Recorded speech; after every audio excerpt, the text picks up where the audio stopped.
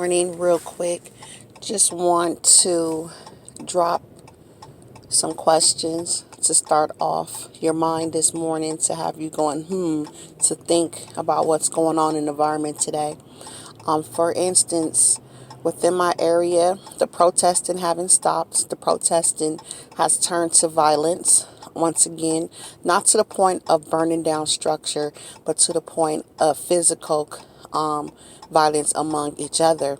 It's now getting more to the point where we even had a protest where the Ku Klux Klan, the white supremacist group, formed their own protest. And it's out here against the Black Lives Matter. It wasn't at the same time, at different times. However, just to hear that the white supremacists are getting offended because African American are trying to stand up for justice due to the fact that they are being wrongfully killed, and it's been proven, it's not falsified. And the racial bias has been proven, it's not falsified. All of this is being proven by video, by knowledge of people speaking up. And the white supremacists is taking it as if the Black Lives Matter movement is trying to cause chaos against them. No one never said that blacks are against whites. Blacks out here, I want to say blacks, African Americans, are out here trying to seek justice against injustice. And that's it, and that's all. One man tried to set me up as he was recording one of my stalkers. Sometimes I entertain them and answer questions, and sometimes I don't. The reason why this was critical for me to entertain his question, because there was a protest sign on our gate, and they wanted to justify why was this going on. Long story short, so in the midst of this man is going to ask the question and say, that's because they don't like the police, right? And I said, no, that's not true.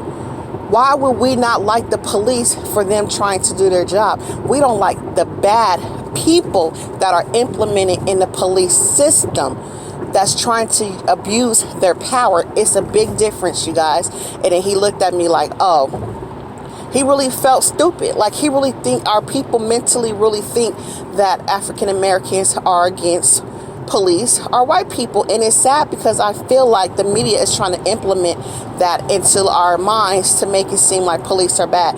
That's like you saying all black people are bad. I can't say all police are bad because I have encountered some nice police officers in my area. Okay, and that's it, and that's all. I gotta speak facts because I'm tired of people lying on me. So why would I go around and lie on them? So long story short, so we are praying, but I feel praying without action, prayers are dead. We got to figure out the actions that needs to follow behind our prayers. We are praying for peace. We're praying for justice, but how can we receive it? Especially within the African American community right now. Yes, we are being targeted, but we got to look at our targeting on a pause right now, because our targeting, unfortunately, was hard for us to deal with, but it was also underlining blessing, because as this arise, we are not freaking out. We are not like drained. We are still our regular self because we've been through the harassment and everything else. I have family members that's really, you guys, are becoming depressed, that's really like freaking out of everything that's going on, while us that has been targeted for years are sitting back and watching everything unfold and saying, about time y'all wake up and see everything that we have been seeing. So I'm trying to come to you guys, and we need to put together a solution. I know it's not a lot of us that's willing to take actions, but those of you that are willing to take actions, for instance, I pray for justice, but I'm like, how am I getting justice? I speak up about the injustice system on my Facebook, online. I also have printed flyers, which is probably why I'm heavily targeted about targeting, because that's my main focus regardless, okay? Because targeting also to me was implemented as a way to create injustice, as we may have known. If you guys don't know where it stemmed from, look up J. Edgar Hoover. He started this system and the people just kept it going. J. Edgar Hoover. When Marcus Garvey was an African man who was starting his own entrepreneur business of warehousing, first person before Amazon. J. Edgar Hoover started the lines of sabotaging, started the lines of COINTELPRO against him. Also, he started the slander system against him and others that followed him, because he said he wanted to stop great leaders from liberating the weak. He wanted to stop the ones that are empowering people to become and stand up for their rights, because why is number and power? So he didn't like that. Okay, so Google that information. J. Edgar Hoover was the man who created this. To me, is just gang stalking. It's the same thing as COINTELPRO, the FBI agent. An FBI agent, you guys, due to racism back then, but the people that took it and ran with it, just followed it, and it's not for racism anymore. It's for all people that's trying to conduct independent thinking. Okay, so what are we going to do? Amongst the black community, I feel that you guys have to get it together amongst each other first. Stop the self-hate. Stop the colorism among each other. Seek therapy if you don't understand how to love your own people, because I feel like the hate is on the inside of our own community, and that's why the outside is so easy to take over the inside of the black community. If a black person, in my experience, have targeted me more than the other race have, and I don't know why that's so easy to be done, especially with everything being exposed, that we are being lied on, that we are being damaged. Because if they can kill a man on TV with their knee, imagine what the HR systems are doing.